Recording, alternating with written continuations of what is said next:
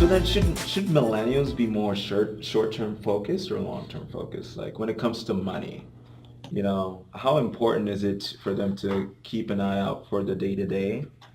Well, people have to pay their bills. Like there's bills that we have to pay right now. Like I get it. We have to survive now. You got to live for the next month. But this is that what I said before. You're working from 9 to 5. You got 5 to 9 to change it. There's a million options, a million routes to make residual money for yourself. You could do business development for an SEO company, for web development company, for an IT firm, for an insurance, in finance. There's so many ways to make residual money that if you take some time and focus and work outside of work and start building residuals, guess what? You start building yourself some freedoms.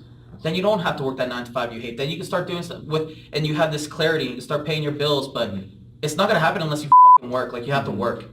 So educate yourself and work. Nice. So I like that. Yeah. What do you think about, short term and, especially being in the finance world and, where does that play? Like, because millennials obviously, when they sit down with a financial advisor and the minute they start opening up the 401k talks and the, long-term talks, that just, and they're like, oh my, well, I want to be a millionaire tomorrow and I want to have fun, this weekend, and I don't have time, to do all that. So where is there a balance when it comes to short-term goals and financial goals and long-term?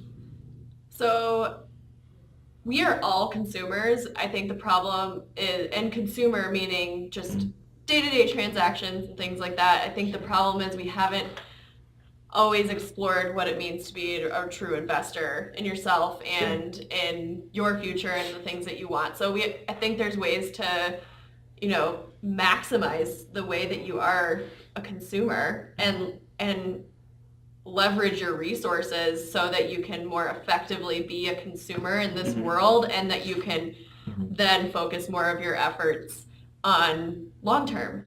We want to have fun today, we want to do those things, but ultimately there's a cost benefit of everything. There's always an opportunity cost. And so do you want to be spending, like, what is it that we have to have a vision for our lives, but if you're always in the vision, then you forget today, and if you're in today, you're never in the vision. So it's an art.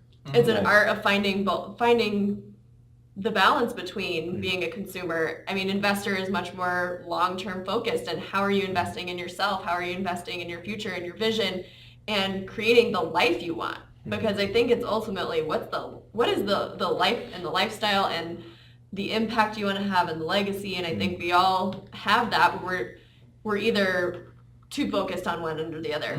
And so if you're constantly in consumer mode, then you're never going to make it anywhere. If you're constantly in investment mode, you could be missing so many things in the present moment. So it's a balance. Like it's the pendulum of life, of finding that like smooth back and forth of like, there's times where vision is way more important, and there's times where today is way, like there. So it's finding that, but sometimes we just swing so far on the pendulum, one side to the other. We don't know how to find that art of living in the middle. And the thing is, people have so much time.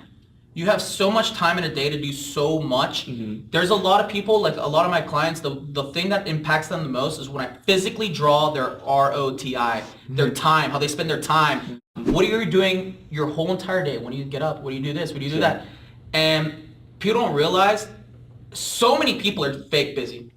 It's seriously such bullshit. They're not really working. What are you busy doing? I was like, I know you're not busy. I know that. And like, if you're hitting 5 clients a day before 12 and having 2-3 meetings after and being done by 5, that makes sense to me. But I know you're not doing that, but you can. And if you were doing that successfully, like literally, statistically, you'd be making hundreds of thousands of dollars. You would have enough clients that if you persuade one per day for that whole entire year, you'd be making bank. So I know you're not working.